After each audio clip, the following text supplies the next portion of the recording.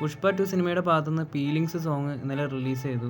ബംഗാളി വെർഷനിൽ വരെ ഈ ഒരു സോങ് റിലീസ് ചെയ്തിട്ടുണ്ട്. എനിക്ക് സിനിമയുടെ മലയാളം വെർഷൻ തന്നെയാണ് ഇഷ്ടമായത്. ഈ സോങ്ങിൻ്റെ കൊറിയോഗ്രാഫി എനിക്ക് തീരെ വർക്കായില്ല. കുറച്ചും കൂടി നന്നായിട്ട് കൊറിയോഗ്രാഫി ചെയ്യായിരുന്നു എന്നാണ് എൻ്റെ ഒരു അഭിപ്രായം.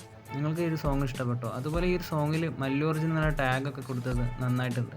മല്ലു അർജുൻ ടാഗ് പോലെ തന്നെ ഈ ഒരു സോങ്ങിൻ്റെ കോറസ് ആയിട്ട് വരുന്നത് എല്ലാ വെർഷനിലും മലയാളം ലിറിക്സ് ആണ്. കേരള ഓഡിയൻസിന് വേണ്ടിയുള്ള ഒരു കിടിലൻ ഗിഫ്റ്റ് ആയിട്ട് അത് മാറി. എന്തായാലും സോങ് ഒക്കെ ട്രെൻഡിങ് ആയിട്ടുണ്ട്. ഇനി എന്തായാലും റീൽസുകളൊക്കെ എടുത്ത് ചെയ്യുന്നത് നമുക്ക് കാണാം.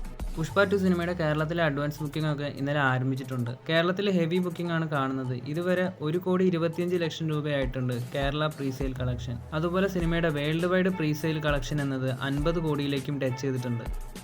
ഈ വരുന്ന 5-ാം തീയതിയാണ് സിനിമയുടെ റിലീസ്. അപ്പോൾ ഇനിയും സിനിമയുടെ പ്രീസെയിൽ കളക്ഷൻ ഉയരാൻ ചാൻസ് ഉണ്ട്.